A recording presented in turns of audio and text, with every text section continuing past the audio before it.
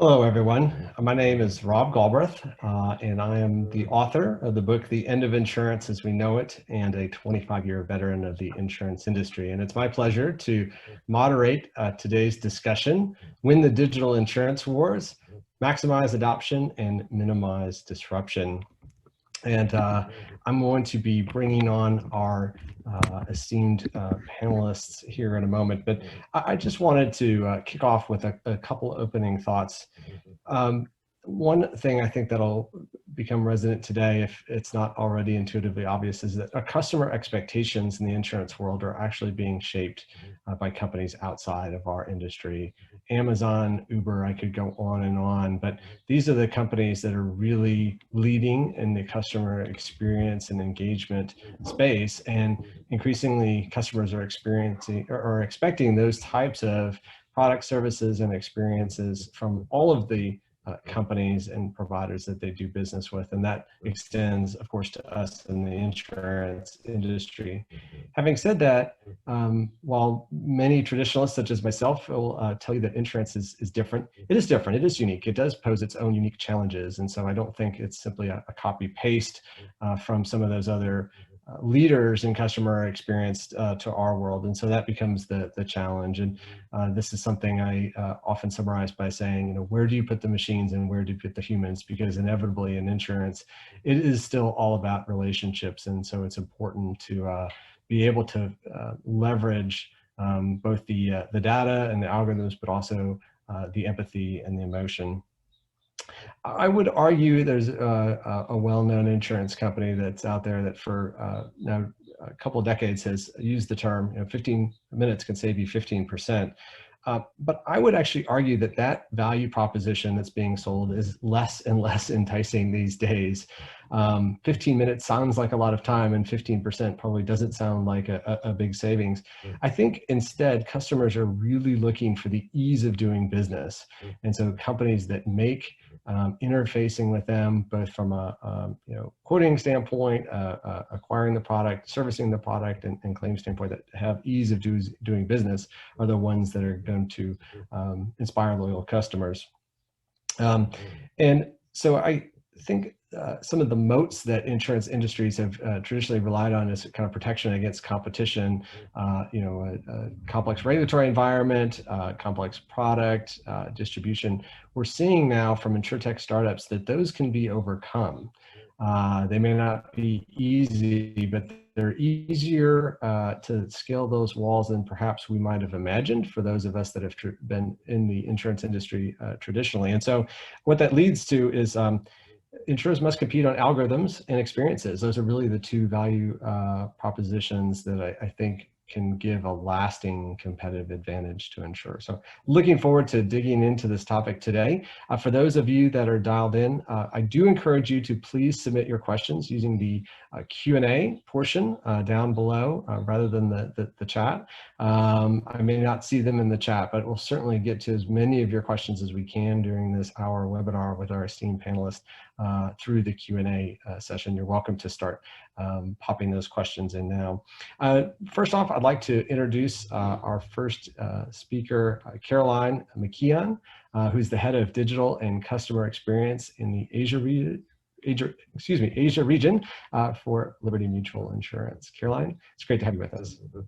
Yeah, thanks for having me. And your opening remarks got me thinking a little bit about how we think about service and benefiting our customers in the Asia region. Now, what's a little bit different than what you might be experiencing in the US is in many of our Asia countries that we operate in, pricing is tariffed by the government. So there isn't as much flexibility to compete based on price.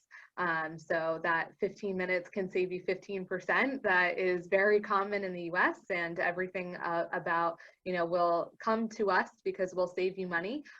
We can't necessarily offer that same value proposition because competitors are are forced to have the same price. Now that's slowly evolving in many of our countries. They're starting to open up the regulatory environment and going through a period of de-tarification where we are able to leverage the data and algorithms that you talked about, but in markets where that hasn't happened yet, that puts even more emphasis on needing to compete and differentiate based on the service that we provide to our customers. So just that got me thinking a little bit different as you brought that up. But what I wanted to talk about today on, our topic at hand is driving digital adoption. And I think everyone in the industry has been talking about how digital adoption has significantly accelerated as a result of COVID, where face-to-face interactions obviously became limited. Now, I think a lot of the conversation around digital adoption has focused on our customers and our agents and partners. Essentially, how do you get your users to use your experience more? And there's a lot of things out there to make that happen. Being able to introduce the experiences to the users in a different way, either by walking them through the experience, and that's all great. There's also a lot of emphasis around how we design experiences for the users and make it a seamless journey to reduce friction and minimize disruption. Great too. Happy to talk a little bit about that. But another big area of focus that I think there's been less emphasis on and is something that I'm really focused on within my region specifically is how you get your employees to become promoters of your digital experiences to the customers.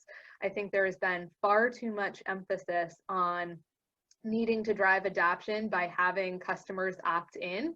Well, it becomes a whole lot easier to get customers to opt in if your frontline staff is out there making a push towards driving to digital at every interaction that they have with the customers. And that's something that we're really focused on in a lot of my region. Now, when I look at my region, Asia, it's a big continent. A lot of countries in there have very different levels of maturity. If I look at my operation in China, digital is at a very different place than where it's at in, say, Malaysia. So in China, my last visit to China pre-COVID a year and a half ago, already in a place where there's no cash to transact. Everything is done with either digital wallets or biometric data where you pay by scanning your face.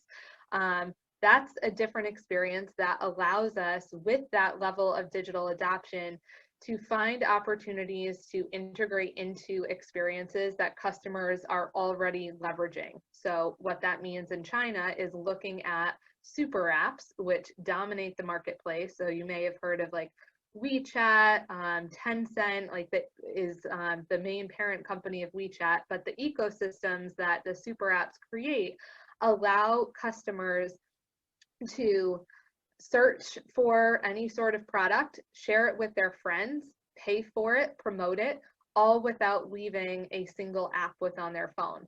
That's an opportunity for us as an insurance company to come in and say, how do we drive digital adoption? Well, we meet them where they already are by integrating into the digital wallets that come within WeChat. We leverage the chat functionality within WeChat. Instead of needing to call us, we use chat functionality, which customers are already used to. And then we also take it a step further by creating a system where customers can share it with their friends and easily become a promoter to drive more business back into us. That type of thing is something we are heavily focused on getting into, and the big area of opportunity that we've really seen for integrating there is actually through the payment journey by making it seamless from a digital wallet perspective. 80+% of China's customers are using digital wallets. That is how they pay for insurance today. So integrating into that ecosystem is the easiest way to drive digital adoption by having it happen right from the form of payment. You're already having them on your app. Now, if you look at the other end of the spectrum, so looking more at the Malaysias and Thailands and Vietnams of the world where they don't quite have as much digital adoption, that's where we need to really focus more on the employee aspect of driving adoption rather than the customer aspect. On the employee aspect there, it becomes challenging. A lot of your frontline representatives are probably thinking in their mind, well, if I promote this app to someone, what does that then mean for my job down the line? If customers go from calling me to service within their call center to self-servicing within the mobile app, that's where we have to do a lot of work on mindset and education shifts and storytelling and explaining to our frontline reps that we, yes, want to get customers to take a different action than what they're doing now, but that's actually a benefit for our employees as well, because as we are rapidly growing and scaling, we're not going to be able to support those needs of our customers with the current workforce that we have. So it's not saying that jobs are going away. It's saying we want to shift the work that people are doing to provide a level of expertise and superior service in critical moments where, after customers have had a complex claim where they might need a little bit more hand-holding, that's a moment where we can differentiate with personalized service. But for simple transactions, it will be much more beneficial if we just drive those to digital. So that's a lot of what we're working through right now, meeting the customers and promoting adoption to customers when customers are already using digital experiences, but really focusing on the employee aspect of driving adoption in markets that are less mature. So those two user groups, I think, for me, are the biggest areas of focus to really winning the digital insurance wars and driving the most adoption. Yeah, Caroline, thank you so much for your comments. And I love the focus on the employees. I think oftentimes when we're talking about digital wars, we can get very much wrapped up into the technology side of things. And of course, that part is important, but the employees and that constant communication, change management, and engagement is so critical as well. So I'm so glad that you gave a spotlight on that. Thank you. And next, I'd like to introduce Mihir Bhanushali, who's the Associate Director of Sales at Whatfix. And Mihir, I know you've been working with many insurance leaders. It'd be great to hear your views on digital insurance from a tech solution perspective. How do you see the digital interaction shaping up in the industry? Absolutely, Rob. So firstly, thanks for having me, and some great insights both by you and Caroline initially on customer experiences, right? The Amazon analogy that you gave versus Caroline talking about just meeting the customer where they are and not leaving the employee behind is so important. So Rob, the one thing that I'm going to avoid doing here today is talking about the larger trends that's impacting this industry, right? I think my fellow speakers and also the audience of this call will probably know a lot more about it than I do. But what I would like to talk about instead is the evolution of the customer in the industry, especially with the Amazon analogy that you made, right? Because this is the same customer that books a cab with Uber, that pays with PayPal or a Stripe. Now, their mode of interaction is turning digital, right? And they tend to expect the same seamless experience across all of their digital interactions, and this extends to, you mentioned quoting, this extends to buying a policy from a carrier as well. So in this past year, coming to your question, we've been working with some of the largest carriers in the US, right? And they've shared with us how their interaction with their customers as well as their workforce has evolved, right? So it's evolved from like face-to-face meetings and normal phone calls to now emails and chatbots on their platforms. Caroline's WeChat example was, right on point there. So because visiting the office is a thing of the past, now with this shift in digital interaction, the expectations from your customer as well as the workforce have also increased, right?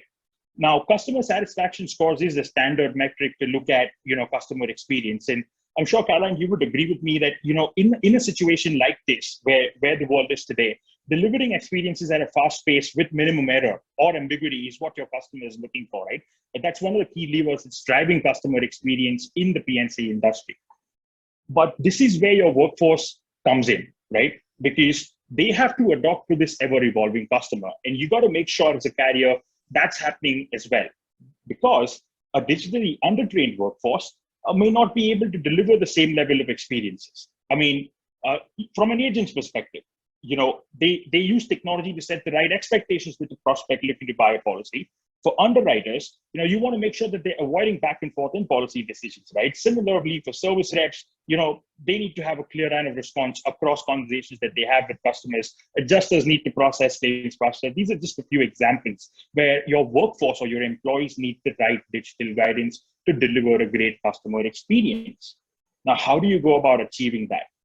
Because in a carrier, there are so many different applications, right? There's claims, there's underwriting, there's agent portals, policy centers and billing centers. And from your workforce's perspective, all of these applications can sometimes just become one more thing that they have to learn and master, especially with all of the transformation that's happening in the industry. And that eventually results in friction, right? Because if your workforce is not effective on this technology, the technology that is intended to move them forward ends up holding them back. And you don't want to be in this situation, right? So let's look at why this can potentially happen in a carrier. And in order to do that, let's understand how a carrier's workforce adopts to systems, because we're talking about digital adoption today, right? So initially, it was all about classroom training, but 60% of that is forgotten within the first 7 days. You have knowledge-based content, learning management systems, but they can only get you so far, right? It's really hard to analyze. Even right now, we're on a webinar with how many people are, paying complete attention to us. And if that extends to a video training session, right? So specifically, again, coming to the PNC space, when you have so many core applications and, multiple lines of business, Caroline was talking about just Liberty's Asia setup. All these businesses vary by volume, they vary by complexity, they vary by state-specific regulations, internal bylaws, right? All of these need to be followed when you are navigating or adopting to these systems, right? And that is where adoption of these systems can be a nightmare, because this kind of technology has a longer learning curve compared to some of the other systems that are used in other industries. Add to the fact that this industry is competitive. In some cases, because these applications are complex, carriers tend to see negative returns on their technology investments, right? And the end result, all of this is linked to not being able to deliver the customer experience that they want. So in a nutshell, let's see how carriers can prepare for this, right? We talked about digital adoption. So I feel every carrier should have a digital adoption playbook. And this playbook should actually talk about a step-by-step approach about supporting learning in the flow of work. So Josh Burson at Deloitte, you can look him up on LinkedIn. He's got some great content around Deloitte's learning in the flow of work. He's just published some white papers that I think are very relevant to digital adoption that the audience on this call can go through. Because with the digital adoption sort of a technology, whether you are working on hurricane damage in the states of Florida, right, or assessing renters insurance in New York City, you always have guidance available at every step on top of systems. So this sort of reduces friction, right? It automates work for your workforce, and they don't need to worry about somebody coming in and replacing them, because this is more a technology that's standing behind your shoulder and helping you to navigate stuff. And again, if the audience in today's call is really interested in knowing more, we've got a really good case study on the Whatfix website that talks about how we work with some of these larger carriers. So one of our customers is Sentry Insurance. They're a Fortune 1000 company. They're actually deployed across their entire PNC suite of applications. So everything from claims to customers, and we help them reduce training content.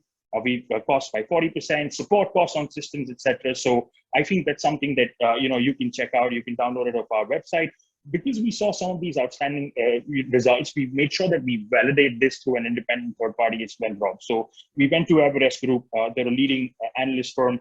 We went to them with Sentry. We validated again these numbers, and they've also published a playbook about digital adoption that I think the audience on this call would find a great read. You can find it on our website or theirs, because all of this content is very closely linked to one particular aspect. I'm just going to sum this up real quick. Given the competition in this industry, I think carriers are focused on two things: speed to market and customer experience, right? And that's one of the reasons there's just so much focus on core systems transformation. We hear touchless claims, right? We hear, FNOL automation. All of this is to drive operational efficiencies. But operational efficiency is not just about having the right technology. all the right processes in place, right? It's about enabling your workforce to be effective with this technology so that they can evolve along with your customer and give them that experience. So that's pretty much it from my end, Rob. I just want to wrap this up by saying that, I wanted to express my gratitude to the Guidewire team because they've identified this potential opportunity with us. They've chosen to, partner with us, and we're going to be a part of their Guidewire Connect program. Just to help insurers using Guidewire, again, get the most of their technology investment, both from a workforce and customer standpoint. That's it from my end, Rob. Thank you so much, Mihir. I love your idea of having a digital automation playbook. I think that makes a lot of sense. We did get one question. I see that they answered. Josh Burson from Deloitte. Somebody's already answered. Just somebody was asking for that name that you mentioned. So thank you to our participants for engaging in the chat. Before I bring up our last panelist, I will encourage all of you in the audience to, again, please use the Q&A tab to pose any questions that you have for our three esteemed panelists today in there, and we'll be sure to get to those very, very soon.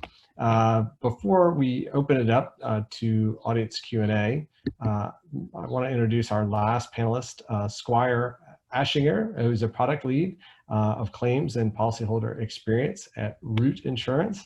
So Squire, we're really excited to have your perspective on this. Root obviously being a relative newcomer to the space and known for being a very innovative company. So I would love to kind of hear your thoughts on this topic. Yeah, absolutely. Thank you, Rob. I think the insights from Caroline and Mihir were spot on, and I think they're really interesting. Obviously, I think we'll get to quite a few of these questions that are a little bit more tactical later in the conversation. But really, at the end of the day, when I think about adoption and really having an innovative and digital-driven insurance company, it all goes back to fundamentally what do you believe in as an organization. And I'll quickly kind of talk about that from Root's perspective and how we've really approached this. From day one, Root Insurance has really, we've set out to build a better insurtech company. It's really all focused around giving back to the customer and ensuring that we're there when the customer needs us most. And by doing that, we've been able to build a great company. Without that fundamental belief that you are out to provide your customers the best potential experience, you really are going to be falling behind on the digital race to being a carrier that's a leader in this space. So going back to Root, we've really made it our mission to build the best technology and use the most informed data and technology to once again reinvent the car insurance industry. We really strive to provide our customers a different type of car insurance. It's primarily focused around four given foundational elements. One, providing a fair experience. Two, making sure that the experience is customizable. Three, making sure that we're providing an affordable product to our customers. And we're also, last but not least, creating an experience that's easy and convenient. We really started by tackling the archaic industry by using, once again, data and technology to base our rates on our primary driving behaviors, not demographics. And the result has been providing a personalized car insurance experience for good drivers, offering better rates, and then once again, creating that seamless and frictionless experience that both Caroline and Mihir mentioned earlier. We're really excited on where we're going in the digital space, and we're going to continue to invest in this area. We truly believe that digital experiences are going to help take us to the next level, and it's going to help push the industry forward. But I don't want to take too much time up. I know that we're already over a little bit, and I want to make sure that we do get to the questions because I know there's quite a few in the pipeline. Yeah, thanks so much, Squire. I really appreciate that. And actually, that leads in, I think you touched on this and Caroline did in her response as well, but I'll let you, both of you take a stab at this one. We'll start with Squire. How are the insurance carriers delivering on customer service expectations with a fully digital experience? So I know we've talked about call centers, employees, but that kind of focusing on that fully digital experience. Would love to get both of your thoughts from that. And again, thank you for audience members who have submitted questions, and please continue to do so as we open up now to the Q&A portion. So Squire, we'll start with you on that. Yeah, so I would say I view this question slightly differently. I view this question more so, how can we actually serve our customers better by providing them a great experience? I don't think it's either or. If we deliver a product that our customers don't use, then what that tells me is we're not fully understanding what our customers needs and we're not solving our customers' problems. At root, the way that we think about learning about what these problems are and how we address these needs is threefolded. One is we're constantly looking at the data and saying, hey, what is it that our customers want and need, and how do we actually provide that option out there? Two, once we have a better idea of what our customers needs, how do we experiment to offer different variations of products that might meet their needs in one way, but might complement other needs in another way? And the way that we do that is by approaching this with variant tests. And then last but not least, I think one thing that's very important when we are designing a digital experience for our customers is speaking to our customers themselves. This is an area that is commonly missed by a lot of, we miss it periodically. We continue to push ourselves to be better. I know that there's definitely a lot of other carriers out in the space that have challenges with this as well. But unless you are out in the field and actually talking to your customers, understanding what their needs are, what their problem points are, and where they need the most help, you're not going to solve your problems through a digital experience. It's just going to be one more item that's tacked on to everything else that you offer. So it's super crucial that you're out there talking to your customers. One of the ways that we've actually done this in-house is, if you've gone through our experience at all, we actually provide feedback to our customers. And what we've done over time is we've built this scorecard where it tells you, Rob, how good or how bad of a driver you are, and how can you actually improve. The way that we've been able to find what our customers want the most is by constantly testing it, constantly iterating upon it, and constantly being where our customers need it most, which is within our app. This is just one of the many areas in which we've looked at improving our digital experience, and we're constantly to learn more about what does work for our customers and what doesn't, and what can we do digitally and what needs to stay and maybe not a digital footprint. Yeah, thank you so much, Squire, for your thoughts on that. And Carolyn, I'll turn to you next. One thing I'll pick up that Squire kind of mentioned is, I think sometimes there's a misnomer.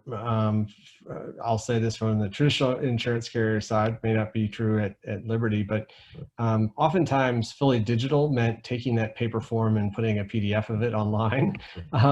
And so, you know, it's beyond that, right? It's really about the experience part of it, not taking an existing process and maybe digitizing it, but not changing the process itself, if that makes sense. So would just love your thoughts on what Squire shared, as well as just kind of maybe a struggles that traditional insurance companies have had to take, you know, long established processes and you know, reimagine them as digital experiences. Yeah, that's a great point, Rob. And you know, you really hit it there, where we cannot just take what we had previously and digitize it. That is a recipe for a poor customer experience. It really has to start with what Squire talked about, and going through real heavy design thinking exercises with customers directly to understand from the customer journey perspective how they want to experience us. We cannot design a customer experience based on our internal process. The customer experience has to be designed based on the customer's needs and how they want to interact with us. So completely agree with everything Squire said in terms of the needs to talk with customers directly, do research to understand their needs. I would say the one thing that I would add on top of that is the criticality of measuring what you currently have in market and constantly improving upon it. I think there's a saying, and I'm probably going to get it wrong, but you cannot improve unless you can measure, or like what cannot be measured cannot be improved. Totally agree with that. So it is absolutely important, especially as you are creating digital experiences, but also for your offline and omni-channel experiences, is you need to be able to measure and understand the different steps in the customer journey and where those points of friction are that are preventing customers from getting through your funnel, be it a quoting funnel, an F&OL funnel, a renewal funnel. That's going to be super important to not only have a dashboard, like Squire said, to tell customers how they're driving, but also that our employees have dashboards that can identify how customers are experiencing us. We've done that in the past with call centers. You walk into any call center, there's going to be I guarantee you any call center you walk into is going to have a big screen board that shows how many calls are waiting and what your handle time is. Like that same thing has to be replicated from a digital standpoint, and you've got to have not only your product owners, but your leadership teams looking at it and evaluating it on a near real-time basis to identify where the opportunities are to improve it. So hopefully that helps provide a little bit more context there. Yeah, thank you so much for sharing your thoughts, Caroline. And I do want to pick up, you mentioned this and Squire mentioned it as well. In the past, oftentimes auto insurance, for example, was rated by, age, gender, and marital status. And that seems very, not particularly meaningful in today's world when we've got telematics on board and we can kind of directly, quote unquote, observe the driving behavior. So we can probably all think of an 8-year-old single male and know that that's a category that's typically not a great driver, but there's probably a few that are quite responsible. And so I think just being able to go beyond traditional data sets and finding ways to reevaluate risk as well. Speaking of data sets, questions come in. Are any of you using third-party data sets during quote, and is the data trusted to use for bind in real time? So I'll kind of throw that open to any of you to answer yes or no, or add any thoughts on third-party data and its use. Happy to jump in here. I think my use case might be a little bit different. Again, I focus on our Asia operations. In some of our operations there, we have opportunities to tie in directly to government databases. There's a different level of government data capturing and storing and sharing in some countries, which can then make it really easy if they have open APIs to be able to pull driver history, personal information directly from that. So, that third party may be a little bit different from what you might be thinking, but that is certainly something that we try to leverage to make it easy for customers. It also helps ensure some security of the data based on the sources that we pull from, being tied directly to government sources.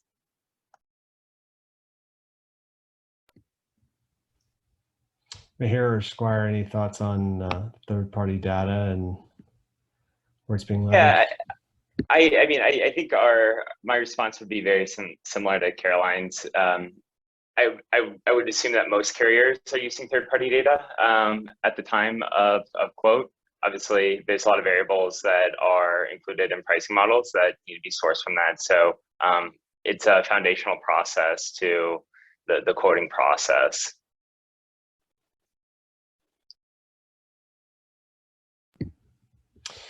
Great. I've got another question, and I'm going to throw this open to all three of you, but Mihir, I'm going to start with you on this.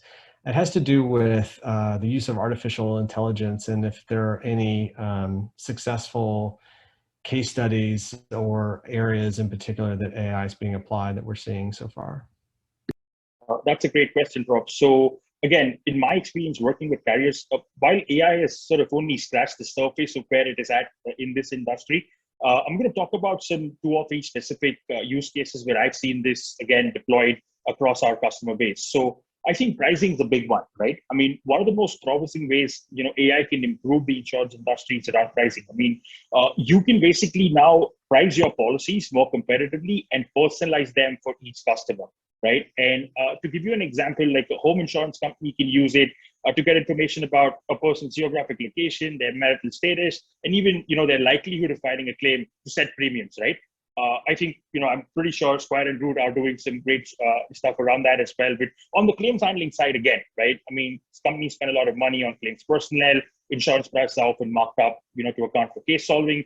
Using AI, you can reduce your hiring spend, automate some of these processes as well. That's, again, a use case that we've seen. So the time needed for processing claims could reduce from several hours to days. We've all heard about what 11-minute claims these days. And the last one I think is fraud detection, right? So Again, the cost of fraud, I think, in the US is more than 40 billion per year across. And to make matters worse, I think as this gets digitized, that's something that may increase, right? Because now you're not meeting the customers as much physically. So using AI is an effective way to detect fraud, to prevent risk, and again, you can use it to spot abnormalities in data, right? Identify potentially false information. So these are a few use cases of what we've seen our customers use AI in this industry, Rob.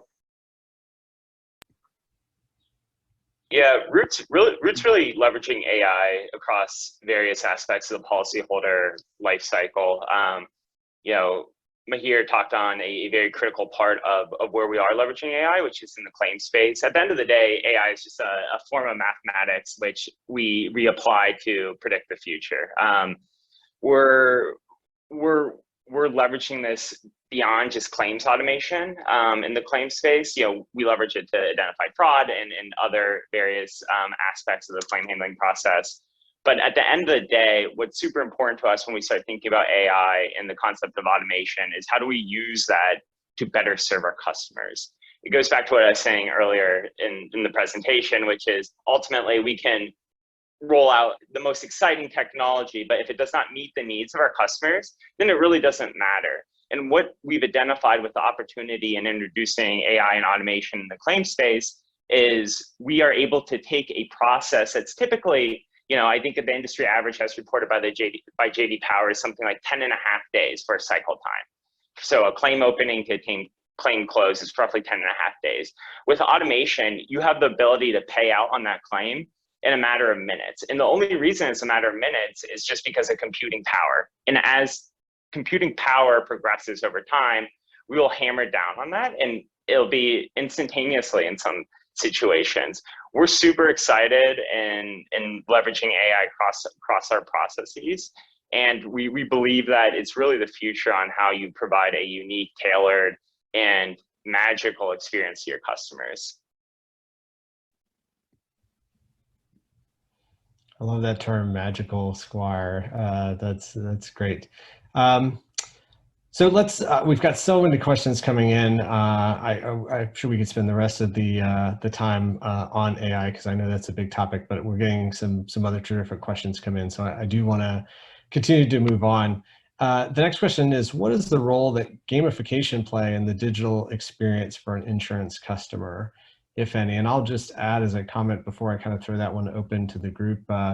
I've seen a lot on the life and health side, and it's one that I know life insurers are not necessarily seen as perhaps as innovative as their P&C counterparts, but there's been some really interesting work done to kind of, get your steps in, have better healthy outcomes, and actually even adjust rating on the life insurance side based on gamification and kind of demonstration of that. So I think there's been some interesting applications, but we're in the early stages from what I've seen.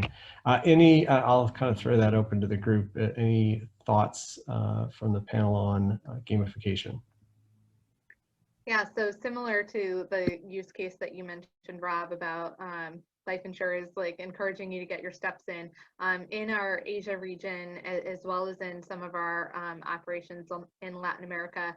Liberty sells health insurance, very different markets than what we are used to in the US, where health insurance is completely separate, but it's very common in Asia for P&C to have health as part of the business. And the health ecosystems are a critical aspect there, just the way that health insurance is purchased and experienced by a customer, where you not only want to use your health insurance system to be able to get your coverage from your doctor visits, but also it's intended to have a lot of additional value-added services around health and fitness tips and recommendations, as well as things like step challenges that you can create. It's also beneficial for the insurer to encourage their customers to participate in those types of things.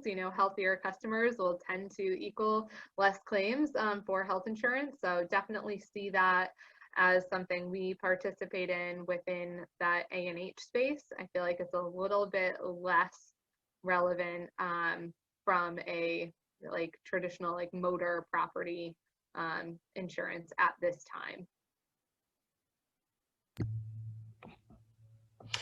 Yeah, and I would add, I have seen attempts on the auto side, and I think for certain segments of the population, particularly teen drivers, where you're really still starting to shape that driving behavior, it can be impactful. I will say personally, some of the apps I've downloaded, I unfortunately, for good or for bad, my driving behavior is pretty well established 30 years in, and so I don't care so much about what score I got or what feedback I get. I'm probably going to, keep driving the same way to work that I've always driven. So I do think it has its place, but oftentimes it's not necessarily for all. There's certain segments of the population that I think it can be highly effective for.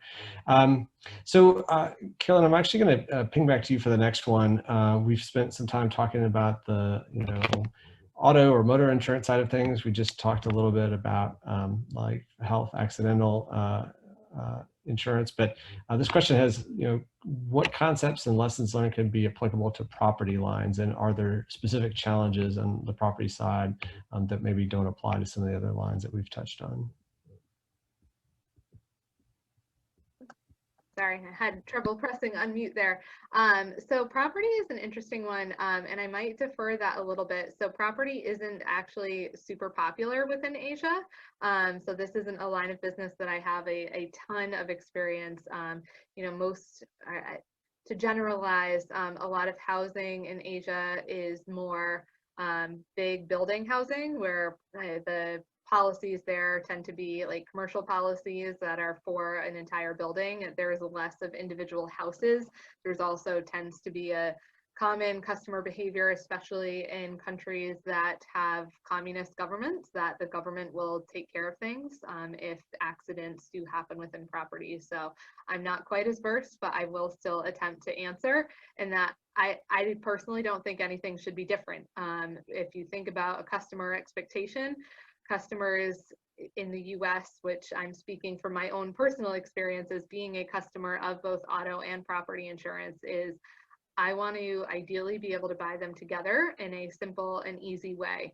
I don't think that a customer will say, all right, I have an expectation that I want to buy my auto insurance fully digitally in a simple, easy way, but oh, property insurance, yep, that's okay. I'm going to have to call someone and spend 45 minutes on the phone to walk through everything. No, it's the same general expectations, no matter the line of business, especially with those two together. I feel like they often go hand in hand and are treated as a bundle by many insurance carriers. So the customer behavior or the expectations will be the same, and insurance carriers should be prepared to have the same level of like high digital standards and high customer experience, no matter what the line of business is.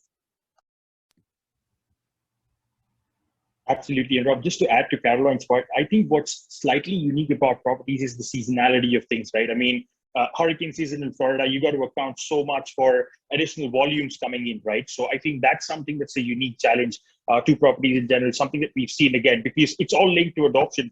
In a situation like that, the customers' expectations from you go up, right? Because they have suffered a loss for which they're actually filing a claim. So in that sort of situation, that's a unique challenge. That season, how do you handle it? Whether it's Texas, Florida, or Asia for that matter, it can be tricky. So that's something that's again my personal experience. Back to you.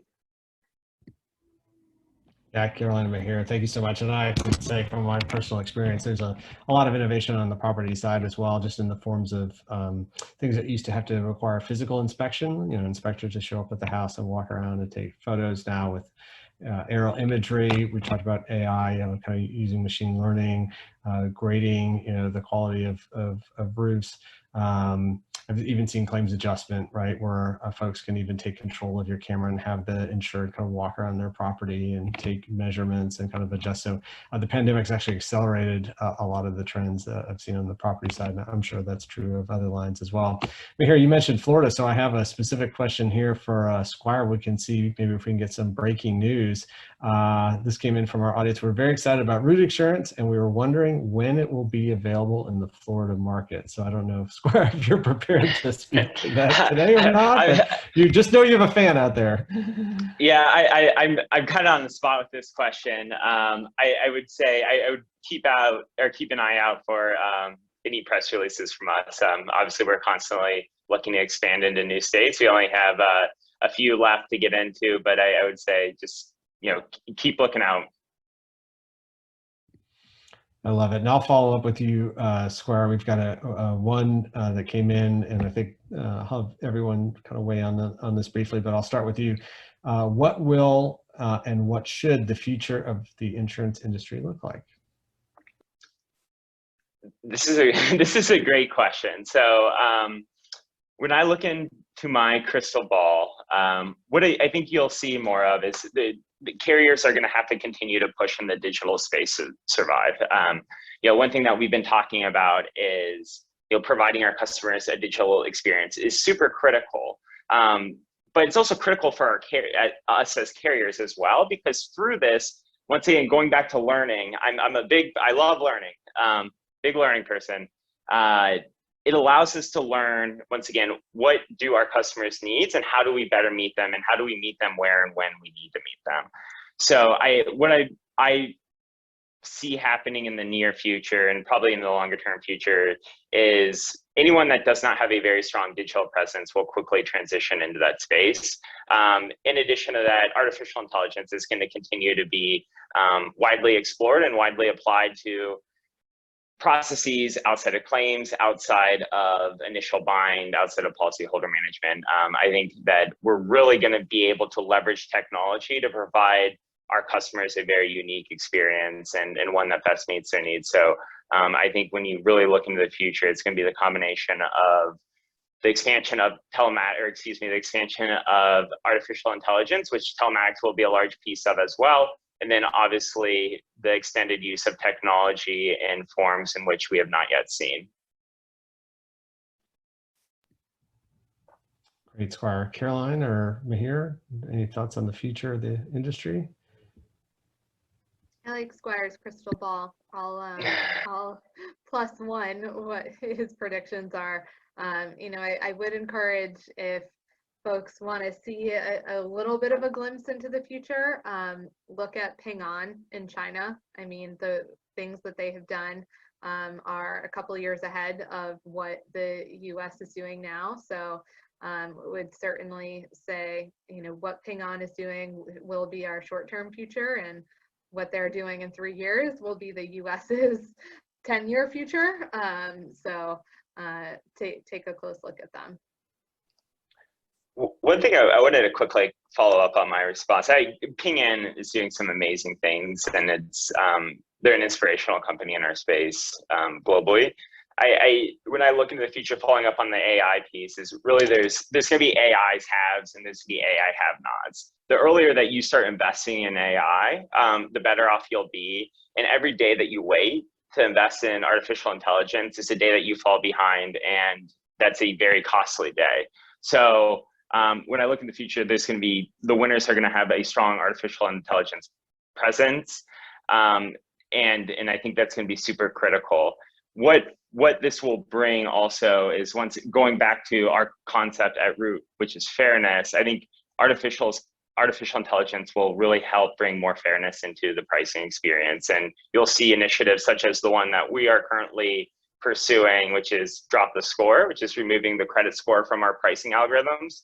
Through artificial intelligence, us and the other carriers in our space are going to be able to ensure that customers are treated fairly. They're treated on what risks they actually bring to the books, rather than what type of demographics they come from. And I'm super excited to see our industry better serve our customers, because I think that we're far behind other industries in this regard. So artificial intelligence, going back to that, I don't know if I could say that enough, is a very exciting use case for insurance. It is, Squire. And just to add, so for the folks on the call, again, if you want to go through some of this in detail, McKinsey's published a beautiful article around the impact of AI in the industry. So they call it Insurance 2030. And it talks about exactly what Squire's been mentioning, right? I mean, the quicker carriers adopt to it, the better. I mean, everything to do with, making sure that, you're getting smart in terms of where it's trending. So pricing is a great example. And just, again, I can send over that article maybe for you guys to consume later, but something that, personally resonated with me very well as we look towards the future of this industry or the next decade. Thanks, Mihir. And actually that leads to the next question. Somebody from the audience is asking, could you recommend a few books or resources that cover digitization or insurance tech to get a better understanding of these topics? So this is somebody that, put a kind word in about my book, The End of Insurance as We Know It. So thank you for that. But any resources to help prepare, regardless of where you are, whether you're on the leadership or the front lines, whether you're thinking about entering the insurance space, how would one go deeper on this topic? What resources are out there? I wouldn't necessarily limit your reading to insurance. I think as you opened up with, Rob, at the beginning, customer expectations for insurance are largely driven by non-insurance companies. So I would focus your reading a little bit more on building products that meet customer needs and less focused on insurance directly. One of my favorites there is Melissa Perry's book, The Build Trap. I think is a really great starting point to understand how to build products and how to lead teams that build products that meet customer expectations. Yeah, I would agree with Caroline on that one. I think reading anything that's foundational to product development is super helpful. One of the challenges and the great things about this space is it's changing so quickly. So on top of reading Rob's book and what Caroline recommended as well, I would just any news article you can get your hands on about what's going on in the tech space, where investments are going, who's disrupting given industries outside of insurance and how they're doing it, what technology they're using. I think if you look at the technology space more holistically, you'll have a better understanding of where we're going, not only in insurance, but also as a business community as whole. Yeah, thank you so much. All three great suggestions. Caroline, I'm going to come back to you with this question that we've gotten from the audience. How can insurers retrain or share new knowledge with employees via digital adoption solutions? Yeah, that's a big one that we're focused on right now. So the way we're focused on it is, you have to clearly be able to articulate to employees what the specific ask of them is, of saying, the two things that we want you to do are this and this. Workshop it with them, explain the benefits of it, explain the challenges that customers are having today, ideally by showing them data that explains how these new solutions will impact the customers in a beneficial way if they are adopted. But I think what also becomes really important is having incentive plans and objective settings within your actual team's performance results review that require digital adoption as a part of it. So it's not just about just teaching and explaining, that's certainly important, but if you really want to drive the behavior, you've got to build it into official performance reviews and incentive targets. Terrific. Thank you, Caroline. I've got another great question, and there's so many great questions. Unfortunately, I know we're coming quickly to the end of our time, so I'm going to try to answer as many of these as we can, but we probably won't have enough time to get to all of them. Thank you for the audience for all of your questions and for your level of engagement. And Mihir, I'll start with you on this, and then Carolyn and Squire would love your thoughts. How do you think the customer digital experience has been impacted or will be impacted with so many companies moving to a fully work from home situation? Do you anticipate the customers will be better served or underserved? That's a great question, right? It's exactly what's happening right now, Rob. What's going to happen in it's the customer that's going to be a bit spoiled for choice, right? And the other thing is the customer is going to evolve in a big way because they're going to learn how to interact digitally much more seamlessly. That's what I talked about in the initial part of our conversation as well. So, they will expect the same level of service that they would expect from an Amazon or an Uber, right? What you mentioned right at the start, Rob. So, because that's their gold standard, right? That's their benchmark when it comes to digital interactions. So, as and when this entire journey evolves, the customer has to be the primary focus, and then your workforce comes in, right? Because the customer is evolving, you want to make sure that adjusters are evolving to that sort of behavior, right? You want to make sure your customer service reps are interacting with them accordingly as well. Your underwriters are making sure that they follow the same level of experience, and that's what's going to keep that CSAT benchmark. I mean, in insurance, what I've seen is one of the things that I'm really proud about at Whatfix is for a B2B SaaS company, we've got a CSAT score that actually rivals insurance companies, and they're like the gold standard, right?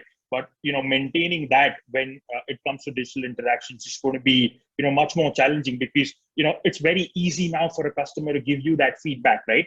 There's so many different ways in which you can collect it, but if they don't like one small part, they can just take you down real quick, right? In terms of sharing a review, etc. So that's those are a few things, Rob, that can I feel are going to be pretty different from what it was, let's say, 12 to 18 months back.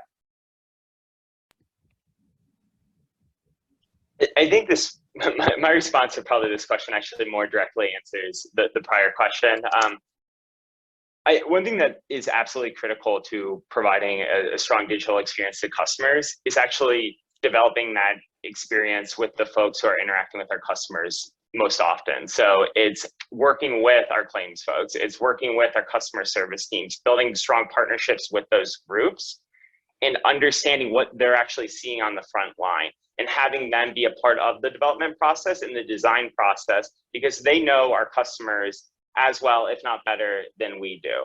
And I think if you are able to partner effectively with your operational groups, you'll build elegant products that not only fit your needs operationally, but you'll also build products that will, absolutely meet the needs of your customers much better off than if you were not to speak with those other folks within your organization. So I think it's critical that innovation comes not only from your product teams, not only from your R&D teams, not only from your data scientists, but it comes from every single aspect of your organization, because once again, these are the folks that are interacting with your customers most, and you need to leverage that advantage.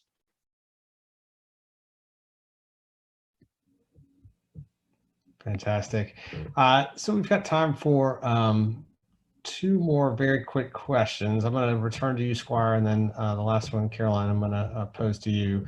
This question came in: have you been able to leverage data standards in your AI processes, or do you find it easier to move forward without them? I mean, I think just for efficient development, data standards are absolutely critical. Also, when you're doing anything automation related or pricing related, the last thing that you want to do is be making assumptions off of invalid data. So absolutely critical.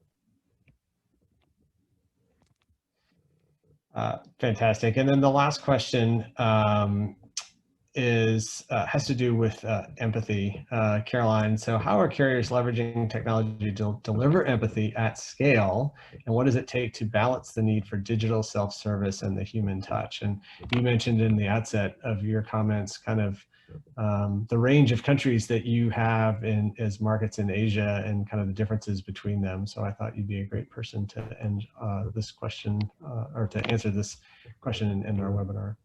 Yeah, so I think the main thing with empathy is understanding, having a real understanding for what your customer is going through.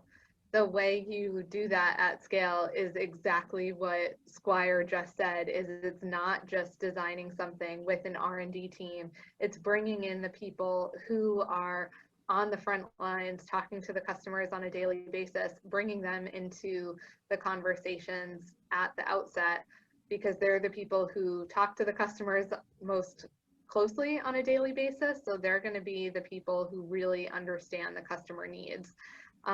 Involving them in the conversation and getting their buy-in is critical to allow you to build things that will enable empathy throughout all of your experiences. So I think that's most important, is really understanding and valuing the customer's needs and talking to them and testing things with them on a frequent basis that will allow your teams to be much more empathetic and have your digital experiences built in a way that will consider where the customers are at that moment in their life when they're interacting with your company.